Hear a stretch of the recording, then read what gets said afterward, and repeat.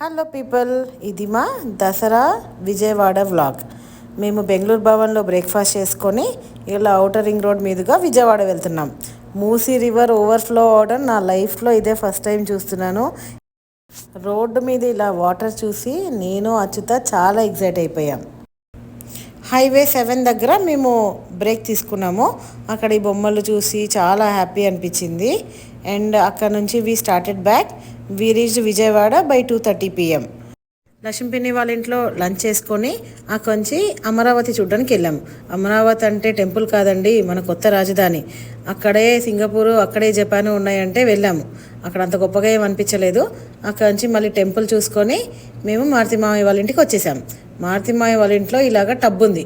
ఇంకా అచ్యుత ఆనందానికి అవధులే లేవు. వాడి స్విమ్మింగ్ టాలెంట్ అంతా ఆ టబ్లో చూపించాలనుకుంటున్నాడు. ఈసారి ఒకటే స్లాట్ 7 AM స్లాట్ ఫర్ కుంకుమార్చన. పొద్దున్నే లేచి రెడీ అయ్యి అక్కడ పార్కింగ్ లాట్లో పెట్టేసి టెంపుల్ బస్ ఎక్కి we reach the place by 7:30. 7 కంటే 7:30కి రీచ్ అయ్యాము. కానీ 8 వరకు పూజలు స్టార్టే అవ్వలేదు. మా వాడు చూడండి ఎలా టైంపాస్ చేస్తున్నారు. ఒకళ్ళేమో నిద్రావస్థలో, ఇంకోళ్ళేమో ఓవర్ ఎగ్జైట్మెంట్తో ఉన్నారు. 8:15కి పూజ స్టార్ట్ అయింది. అచ్యుత అయితే నాతో పాటు చాలా ఇంట్రెస్టింగ్గా వాడు పూజ చేశాడు. శ్రీమాత్రే నమః అనమంటే అనేవాడు. రవి ఏమో సగం కునుకుపాట్లతో ఉన్నారు ఫస్ట్ రౌండ్ అంతా. కాసేపు అయ్యాక ఇంకా అచ్యుత టయర్డ్ అయిపోయినప్పుడు అప్పుడు రవి కూడా కాసేపు పూజ చేశారు.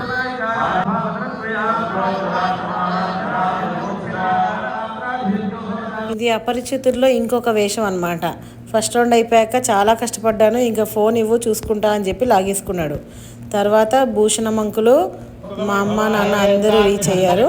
అండ్ వాళ్ళు కూడా ఒక రౌండ్ పూజ చేశారు.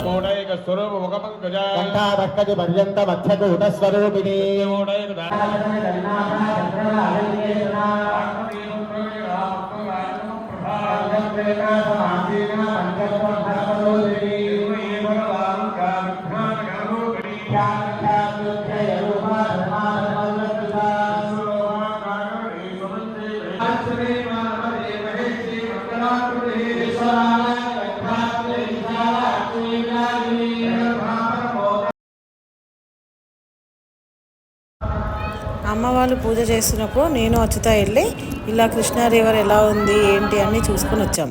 ఆ తర్వాత కొన్ని పిక్స్ తీసుకొని దర్శనం అయ్యాక వీ స్టార్టెడ్ బ్యాక్. అక్కడ ఒక అంబులెన్స్ కనిపించింది. అచ్యుత హ్యాపీనెస్ చూడండి. నాన్న నేను ఎక్కుతాను, నేను చూస్తాను లోపల ఏమేమి ఐటమ్స్ ఉంటాయి, నేను ఆపరేటర్స్ చెక్ చేసి రానా అని చెప్పి స్టార్ట్ చేశాడు. తర్వాత బస్లో దిగేసాము. We're back to the parking lot. ఇక్కడ చూడండి కృష్ణా రివర్ ఎంత ఉధృతంగా ఉందో. Almost 4 lakh cusecs of water వస్తున్నాయంట.